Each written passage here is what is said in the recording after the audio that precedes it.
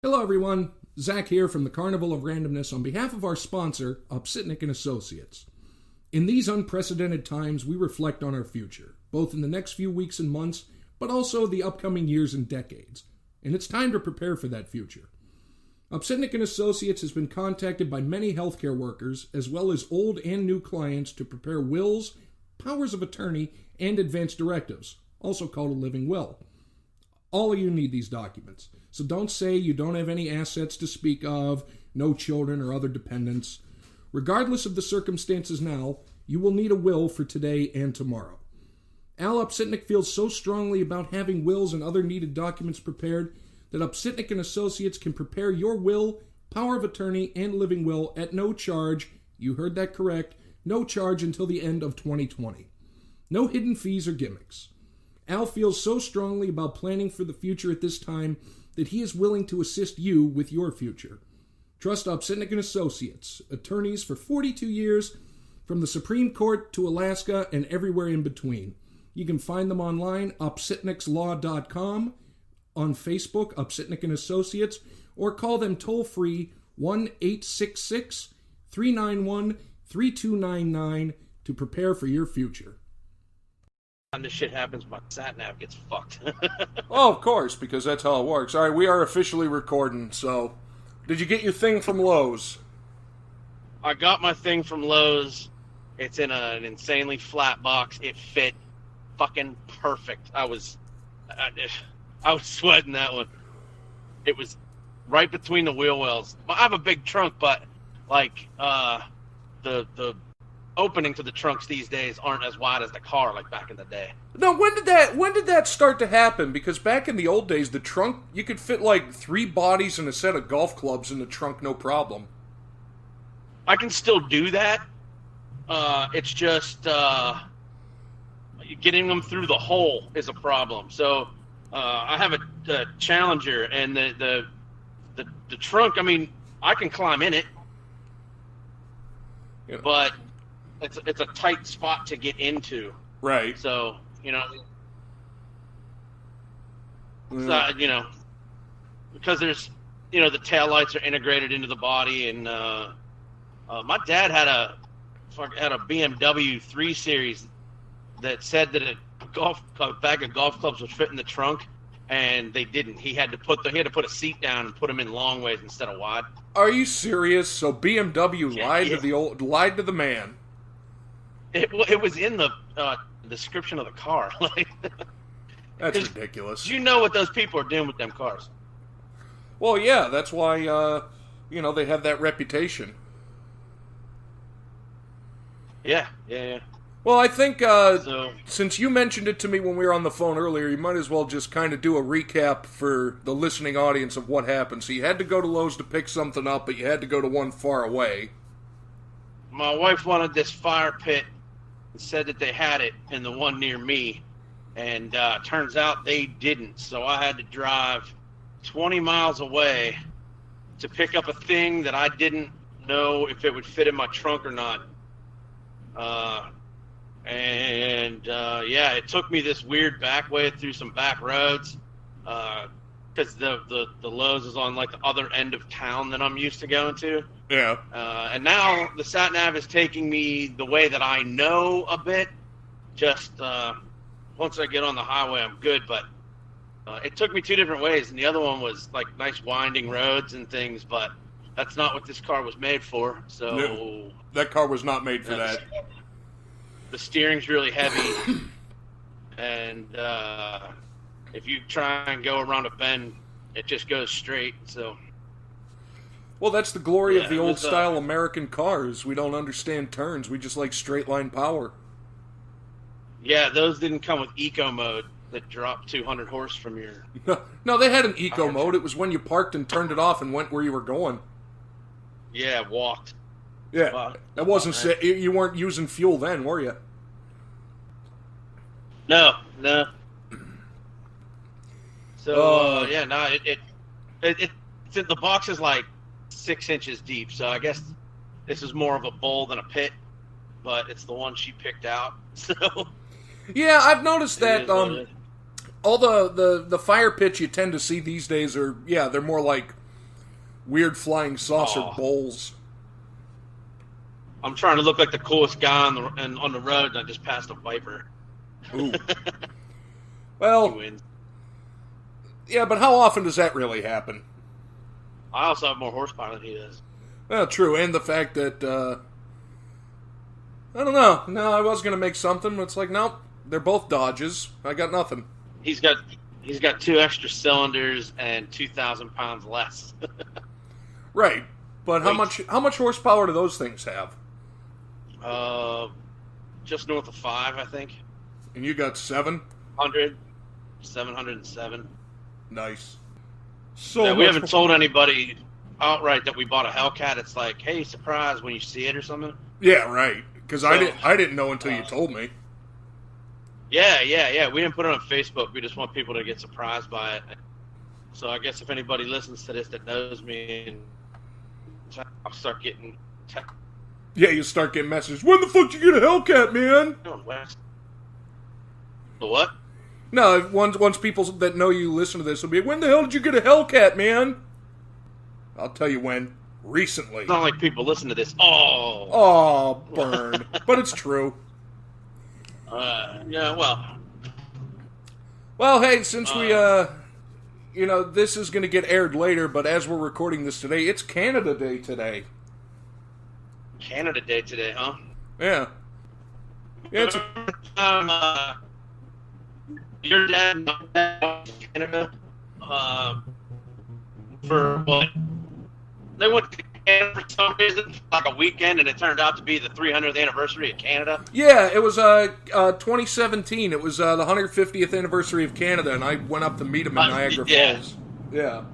Yeah, and they didn't realize it was like a holiday up there, and wondered why hotel rooms were booked, and there was 5 million people running around. Yeah, it's like it's not just a holiday, Oh, but shit. a big anniversary of the holiday. But that was actually the first time that I ran into the new paper money that they did, the one that's like tear-proof and waterproof. So a Canadian showed me one of those. He was flipping them around at a work convention I was at. And people were trying to tear it. I mean, you can do it if you really try. But Yeah, you can do it, but just like it's not going to tear as easily as our money. But I was at the casino in Niagara Falls, and I had just gone to the cage to get some money, and I'm walking by looking at it like, dude, this is weird. And somebody's like, yeah, you can't tear them. So I tried, and then I walked past some guy. He's like, hey, you want to see something really funny? Go in the bathroom and run water over it. It's waterproof. Oh, really? I was like, if this was any other country besides Canada, I would think that's weird. So I went into the bathroom and I ran a $20 bill under the water, and it just like beat it off. I'm like, what is this? $20 bill. Well, ahoy polloi. I mean, I was holding the whole like Scotch $13.85 in my hand right there, Right? or whatever the hell the exchange rate was. Yeah, ahoy polloi. Did you just step out of a Scotch ad? Yeah, right. Oh, that's such a All right, great smooth movie. sailing now while I'm in the country. Oh yeah, it's fantastic. Uh-oh. We did a thing years, I don't know, a handful of years back. We got this like 10-foot by 5-foot marker board, and me and 2 buddies sat in a bar on a Saturday morning at 8 a.m. because why not? Yeah. And we made a list of films that what we were trying to do was determine what the funniest movie of the 80s was that wasn't Caddyshack, because Caddyshack is the funniest movie ever made. So no matter what decade you're doing, you lose. So the criteria where it had to be a full-on start-to-finish comedy. Nothing like Ghostbusters is a comedy, but it's more sci-fi than comedy, so it didn't make the list. What about Stripes? Stripes was in the 70s, so that Oh, didn't was it? count. I thought it was like 81. 79. Damn it. 89. I think. This was about 3 or 4 years ago, so my wife actually has photos of the board, and we did it bracket style. So after we whittled the list down from like 160 movies to 32, which was difficult. Friendships were frayed, drinks were spilled. We wrote them all on paper. We drew them out of a hat, so it was a random draw, and then by show of hands, picked which movie was funnier than other movies, and we determined that the second funniest movie of the 80s, because, was Spaceballs, followed by, we did it 5 times. Spaceballs won 3, and Back to School won twice. Ooh. So, yeah, scientific as fuck, man. I mean, we did it. As well as we could. And that's the thing, like, there's like the Mount Rushmore of movies, and then sitting up on top of the hill taking pictures of everything down below is Caddyshack. Yeah, Caddyshack is just the fun. And if you don't think so, you're just wrong. You can't argue. Every line is a joke.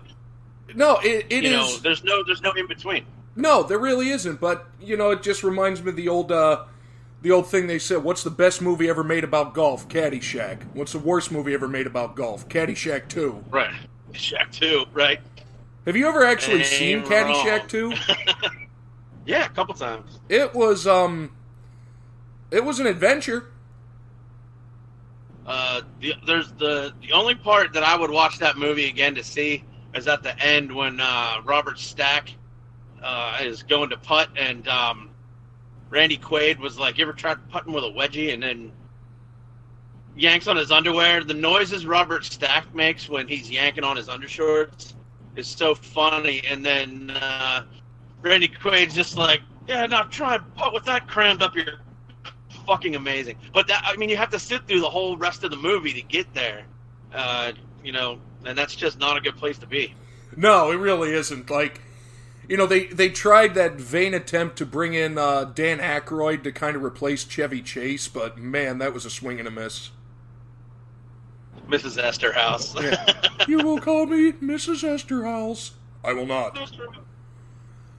But I will give Robert Stack credit, because that was so unlike anything we'd ever seen him do, and he fucking nailed it.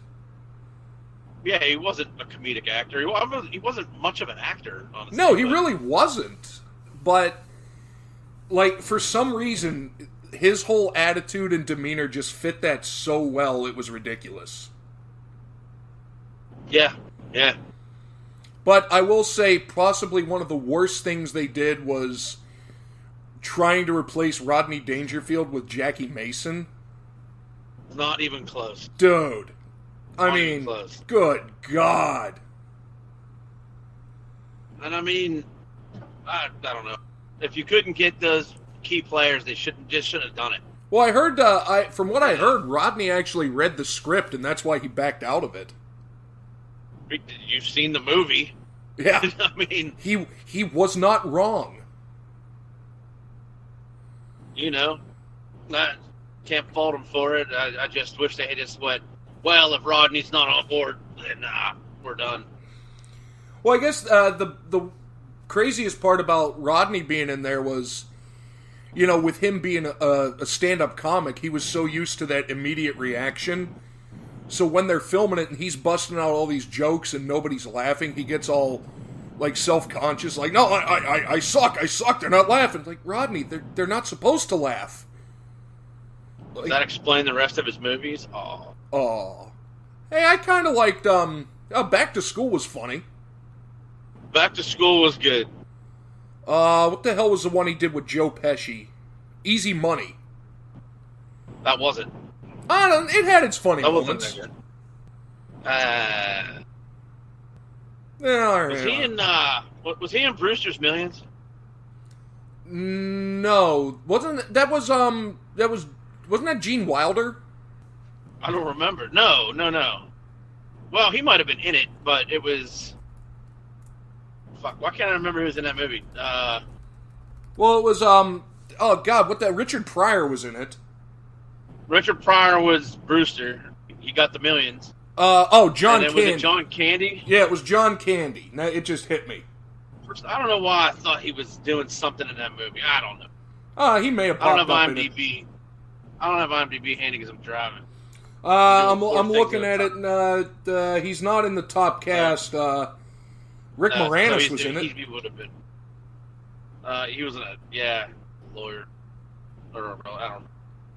No, I'm thinking about. I haven't seen that in a long time. I know, that was a good one. What the hell was the one? The one they did, it was him and Gene Wilder when they went to jail. Was that Stir Crazy? Yeah. That was a funny fucking movie. They like escaped. Yeah. From jail. You gotta be bad, because if you ain't bad, you're gonna get fucked. Oh man, those two, their buddy films were some of the most amazing comedies ever. What was the other one? The one where they witnessed the bank robbery. Oh, See No Evil, Hear No Evil. Yeah. Fantastic. Those two guys together they played off each other so well. They did, and honestly, I have a hard time thinking of anybody that Gene Wilder couldn't play well off. Like, he was just that good that he could play off anybody. For me, his pinnacle, in my opinion, was Young Frankenstein. Oh, yeah. I mean, that was such a great goddamn movie all the way around. Everybody in there was, it was their best performance, I think. And this is the one my old man always used. It was the textbook definition of a running joke with, who was it? Frau Blucher? Yeah, Frau Blucher. The entire goddamn movie. Yeah. Wasn't that Cloris Leachman? It was. Oh, man, that movie was... Cloris Leachman, Terry Garr, fucking Marty Feldman as Igor. Marty Feldman, yeah. And I have to say that I feel bad for people that in the year 2020 that haven't seen the movie Young Frankenstein. There's a lot of them. I know, and that's weird. We were at a bar. This wasn't recently. It was probably about 2 years ago. And my buddy Jason tends bar at this place, and when it's slow, he puts his Roku on the TV, and we watch movies. And we were talking. He puts one on, and then we discuss things movie related. And we were watching something, and it ended, and someone recommended a Mel Brooks movie, and it's two young kids. It was a guy and a girl. You ever seen that? They're like, never even heard of Mel Brooks. Like, what the fuck? Get out of the bar. You're old enough to be in here, right? You're old enough to be in here, right? How are you not familiar? So we start rattling off movies, and then Jason was like, Robin Hood Men in Tights, and they're like, oh yeah, we've seen that. Like, that's Mel Brooks. Like, he made more movies? Like, yes! Ah! He made shitloads more movies. The man made some of the most classic movies in the universe. And speaking of that, it was what? As we're recording this, it was yesterday, I think, that Carl Reiner passed away. Oh, yeah, I did see that. Then that started me thinking about, what he did. Not only his acting credits, but directing and producing and writing. My brother texted me about, I just realized that Carl Reiner was old style. And I was going to say, did you get that one too? Remakes. Yeah, he sent me that one too. I was like, oh my God, I forgot he was in that. Yeah, it's my brother's favorite guy in the movie because he was... God damn it. Now I'm getting into the city, I'm getting into traffic, and there's people just being idiots. Well, this is the fun part of driving with Opie. Opie's road rage. Now, ladies and gentlemen, this is where the show is about to pick up. I got about 5 miles of this bullshit. All right, so we got 5 miles, but this could take a while, and let's see how many times Opie almost dies in these 5 miles. Well, this fucking Mazda has no business being in the fast lane. I'm about to start yelling. Dude, this guy's pissing me off. Dude, Mazdas have no business being in an exit-only lane. Looks like I'm taking looks like I got more than 5 miles. Well, actually, I'm not going to be able to get over because of this piece of shit. Well, speaking of the driving adventures in the state of Ohio, do you remember a few years back when me and Rob came out there to help you guys with work? And we took the Jeep out to the bar, and on the way back because we had taken the doors off and it was so goddamn cold. We that was about a 10-mile ride, and now this guy wants some shit. He sees me weaving, so now he wants to throw down. I don't think so, son. You know what? You're missing your turn now. I'm gonna block you. What kind of Mazda's he in? Asshole. It's a, I don't know, CRV. They're all the same fucking car. Well, that's true. Goddamn jerk off. Ugh. I don't even want to get into it. Anyway, we had to go about 10 miles in a Jeep with no roof and no doors, and it was in the spring or fall, so the temperature at night went down to like 50 some degrees. I was gonna say, like I think 50, it dropped 55. down to the low 50s, and we're fucking cruising. Remember, we actually turned off the highway to get onto the back road so we could go slow try to get some heat. We made the democratic decision, the three of us, to get off the freeway to make because that's a double-edged sword. The trip takes longer, but the breeze is less. Right. So, we had to make that choice, and it took like an extra half an hour to get home. But at least the heater, which Jeep heaters are infernos. They will melt your skin, but dealing with that, no doors, no roof. Like, we didn't even have the roof with us to put up. It was no, that's house. The thing, because you were in the back seat, so we had to leave the roof at home. I was in the back seat because you and Rob didn't fit in the back seat. Yeah, and I'm driving it. The first time I've ever driven a Jeep. Yeah. It was an old Jeep, too. I just remember how many times during that trip did you and I say, this is the worst fucking idea we've ever had? I mean, we got to get the beers, so... We did get beers. We were having a good time before that happened. So... Oh, you think so? You think so? Oh, she's trying to be sneaky. No. Nope. How you like it, jerk? Trapping her between me and a dump truck. See, the adventures that we missed for the past couple of months by not being able to really drive anywhere. I've been able to drive wherever I want because I was deemed essential, but I wasn't working, so I would just take out one of my Challengers and drive like an idiot because there was nobody around. I could go fucking 80 miles an hour out of every stop sign because there was no one in front of me. It was amazing. No traffic. Come on, son. Yeah, that's why you buy these. You can drive like an idiot. Well, I'll tell you, right when the thing first broke, me, Dad, and Bert were in Vegas, and we were leaving on St. Patrick's Day, and that was the day they shut down the lower half of the Strip. We're driving to the airport. It's like 1 in the afternoon, going down the Las Vegas Strip, and it was almost deserted. Yeah, I can imagine. It was disconcerting, is the best word I can think for it, because weird doesn't really describe it. It actually made you feel uncomfortable. The fact that we knew where we were in the time. Make a choice! God damn it. I think the choice has been made, sir. Oh my god. You can't even pick a goddamn lane. Well, no, you're taking their half out of the middle. Sorry. That pushed me to the edge. No, this is the best. This is the best part of it. Yeah, we were supposed to leave for New Orleans that day. Pulled up too far, can't see the red light. We were supposed to leave, and the next day was St. Patrick's Day. The day we were supposed to arrive was St. Patrick's Day, so all the revelry of St. Patrick's Day on Bourbon Street. Yeah, we got stuck at home because they shut everything down there. So my wife was obsessing with watching the Mardi Gras live stream cameras on Bourbon Street.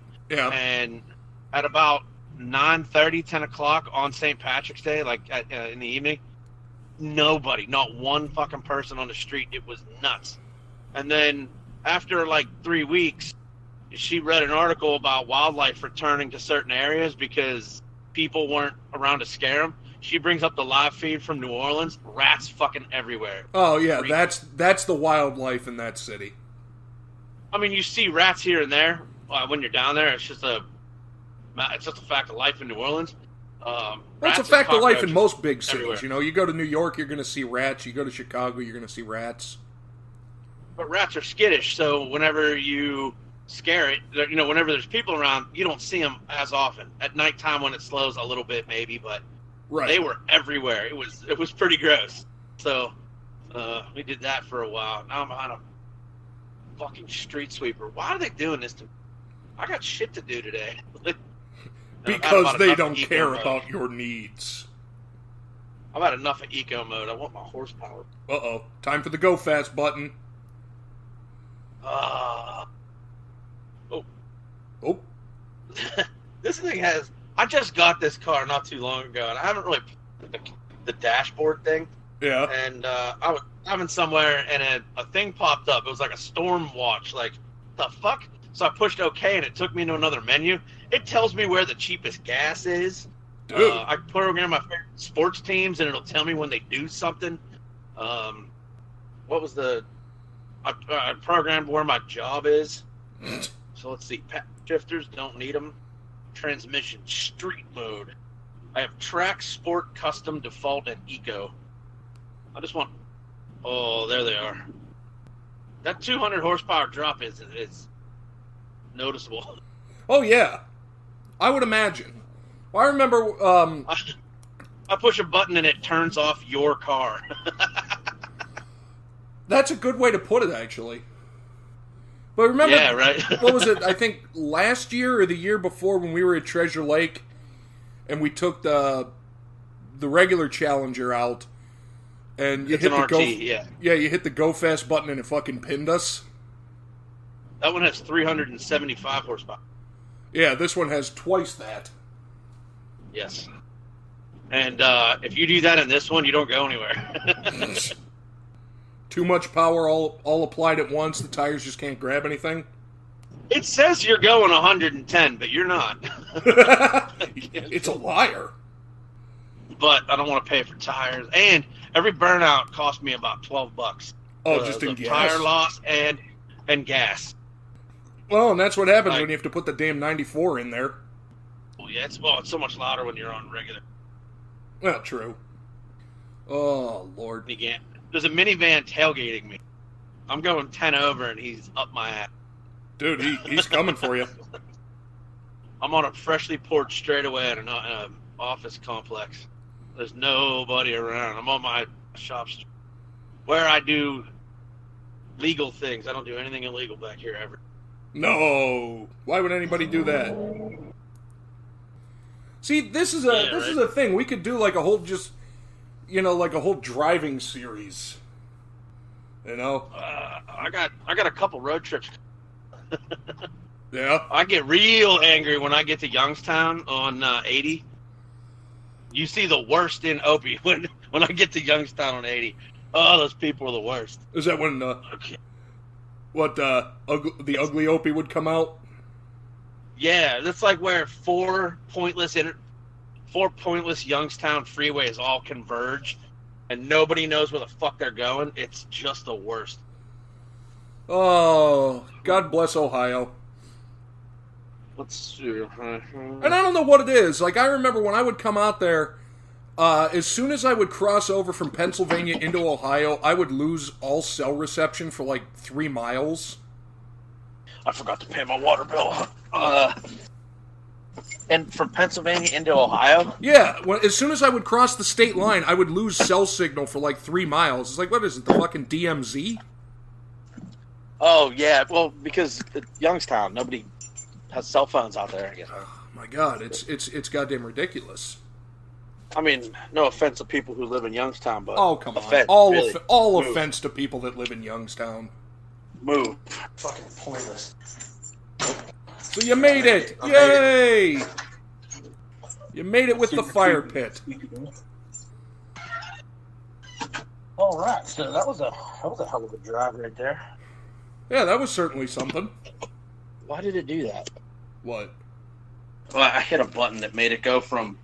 I had options in the in the Discord. I could either have Uconnect, which connects it to the car, speakerphone, which connects it to the speaker, or phone that just makes it come out of the bottom, so I have to, or out of the top, so I have to put it to my head. Oh. And I didn't want to do that, so I was carrying the phone in with my lunch, trying to unlock the door, and I hit the button. So, but you made it. That was actually a pretty tame one. The traffic going north was way worse. Those people, I don't know where they were all headed, but there was a lot of them. Once I got down out of the country, though, on the way back, I hit a little bit, and that one gas company truck that just couldn't decide what was going on. Like, he was trying to decide, should I go to a job or go to lunch, and was just not picking. I think in that case, lunch should usually win. Well, he went toward where all the restaurants are, which, I mean, there's 3, but, you know, there's that. So, yeah, made it. Got the fire pit. It fit in the trunk. I was going to go grocery shopping, but now my trunk's full. So, who knows? Hey, man. But you made it. That's the important thing. You made it. You didn't die. You didn't kill anybody. You had a few little hair-raising incidents, but all in all, everything is safe and secure.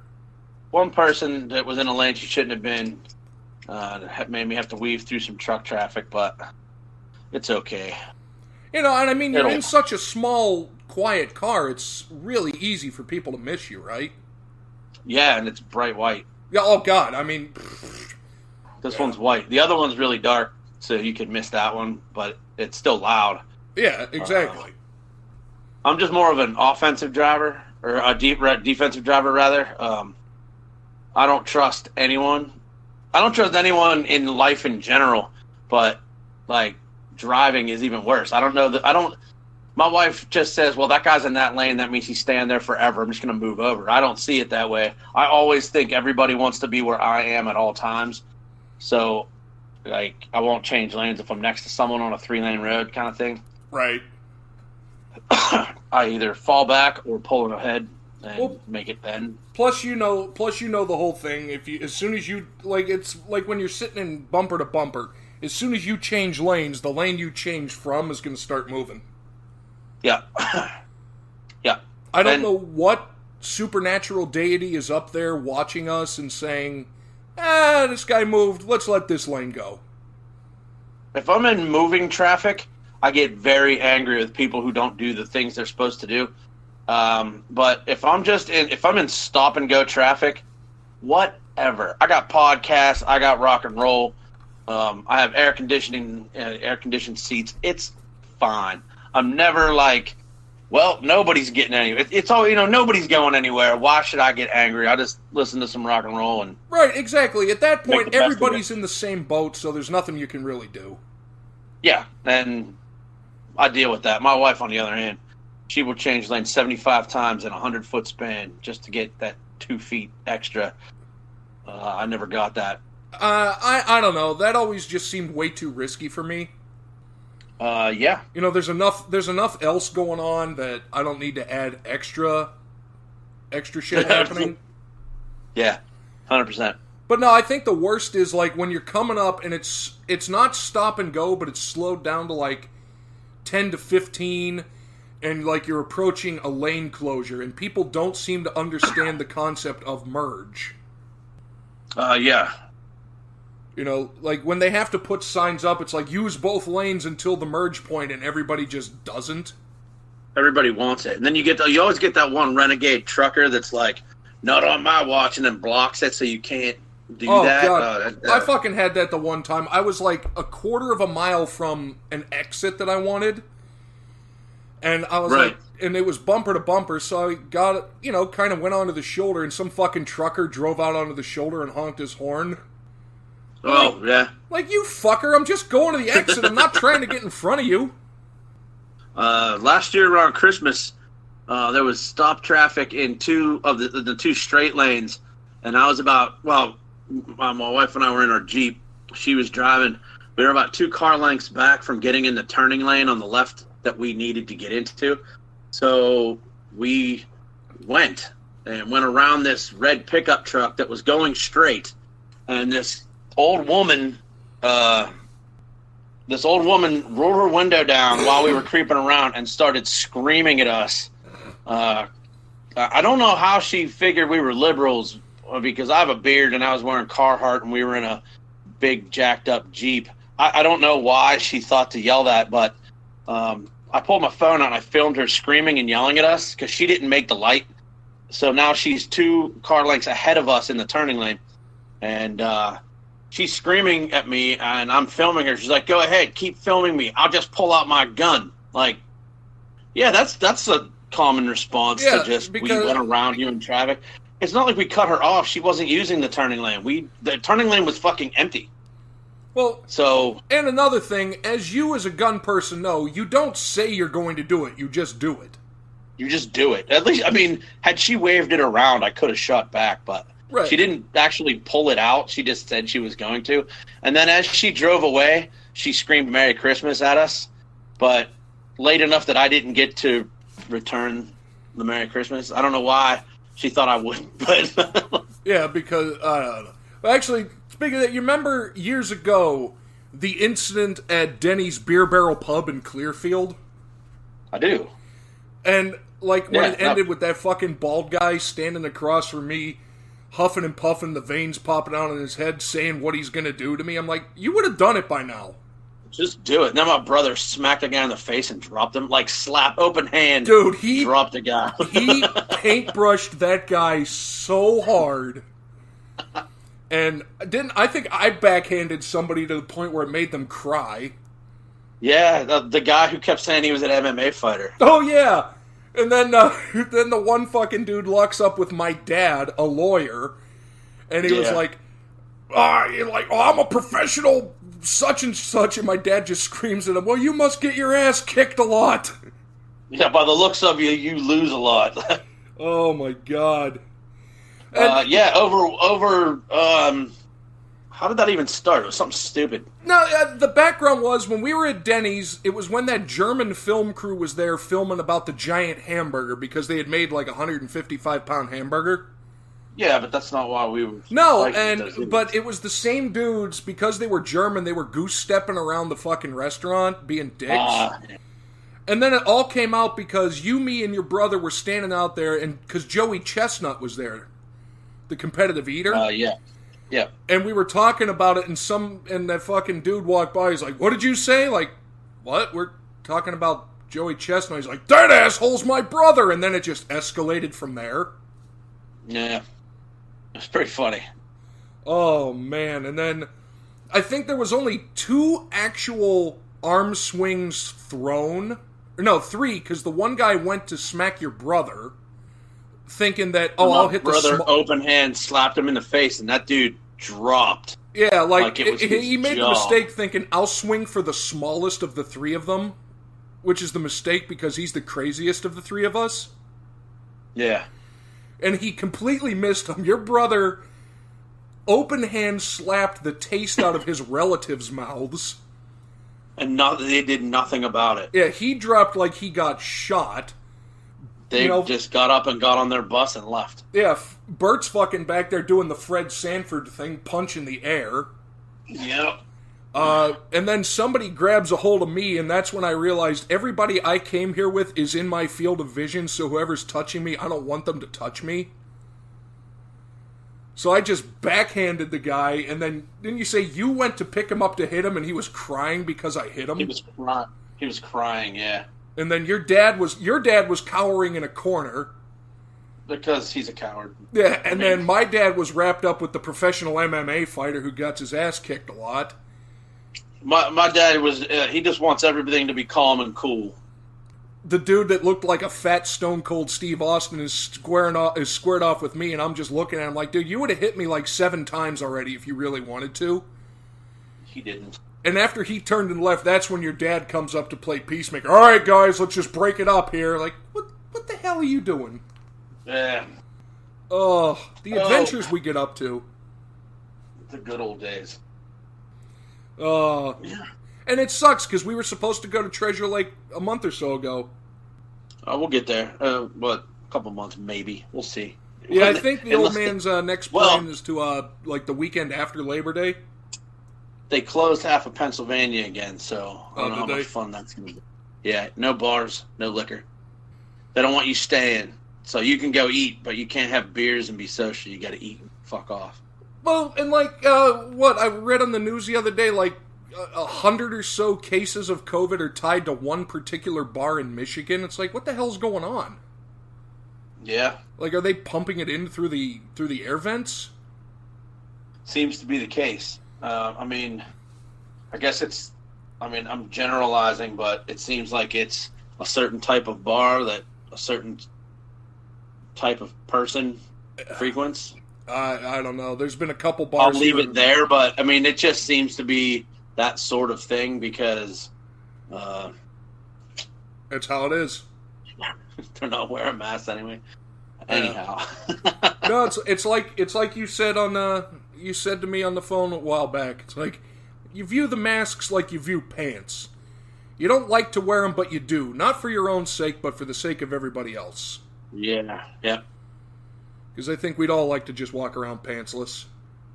Pretty much. But there's petitions. There's petitions out there. Yeah. My doormat says, hold on, we're probably not wearing pants, because we're not. I'm not. That's the best doormat ever. Got it for Christmas from my brother-in-law and sister-in-law. That is really hilarious. And a shirt that says, pants? ? You mean leg prisons? You should get one like, got pants, and then on the back, I don't. I don't. No, I don't. Well, I have them. Well, yeah. Well, I don't have them. We have them. It's just, we'd prefer not to wear them. Well, yeah. That's pretty much it. Well, there you go. That concludes episode 1 of Opie's Driving Adventures, ladies and gentlemen. We hope you enjoyed it, because this is probably going to become a regular thing. It's been fun. I drive quite a bit. Exactly. I'm actually going to Treasure Lake. What's that? I'm going to Treasure Lake next month. Oh, for are our you? Bachelor party. Yeah. We rented a house, and just a quick side note, they wanted to rent. There's 15-ish people going to this thing. No, that's too many. 8 or 9, I guess. And they sent an email to the people who own the house to rent it, saying, hey, we're having my buddy's bachelor party, wanted if we could rent your building, and no response. So his roommate was like, all right, well, let's try something else, and told them that we were a Boy Scout troop doing our 5-year reunion, and he got a response like a day later. So now we're an old Boy Scout troop going for a 5-year reunion. That's funny. Who's getting married? My buddy Chad. Oh, nice. Yeah. Chad, a man I've heard of, but I don't think I've ever met. Was he the one with the red beard? Yep. Okay, I did meet him at one of your, at a 4th of July thing. Yeah. That's the fella that's getting married. So we're going up there for that because there's so many things to do. Sit in the woods and drink, go shoot guns, tour breweries, whatever, Yeah, provided anything's open in that damn town. That'll be the thing. Even if it's not open, if we just take beers and sit, we'll be. Well, because here's the thing: that town, even on a good day, there's not a whole hell of a lot to do, as we've learned over the 30-some years we've been going. That's very true. Very true. To close it out, and actually this will be a subject for many future episodes of Treasure Lake Tales, but remember the one year, the one main road, they were doing construction? Yeah. So it was a large pain in the ass to try to get anything accomplished. Yeah, and you can only go one way on it, and then they had to put in a spur to turn you around. The other kicker with that road, there's train tracks that divide the town, and there's only 2 places to cross it. And if you're not near one, you're sitting there for a while. There's 2 places to cross. You can't cross. If there's a train, you're stuck on that side of town. You can't. There's no underpasses. Yeah, no. That go under the tracks. They're both over the tracks. Yeah, they're just level crossings. Like, what do? You have to sit there, and usually when those trains run through there, they're fucking long. They are long, and they are slow because it's not a high-speed line. No, it's not. So they're going through town. They're going 25, 30. Yeah. Super fun. Oh, yeah. A blast. But the Hitchin' Post did have a really good deep-fried stromboli. Delicious. Set like a brick. All right, buddy. Well, that was interesting. That was fun. We'll have to do this one again. All right, folks. See you on my next adventure. All right, man. Take her easy.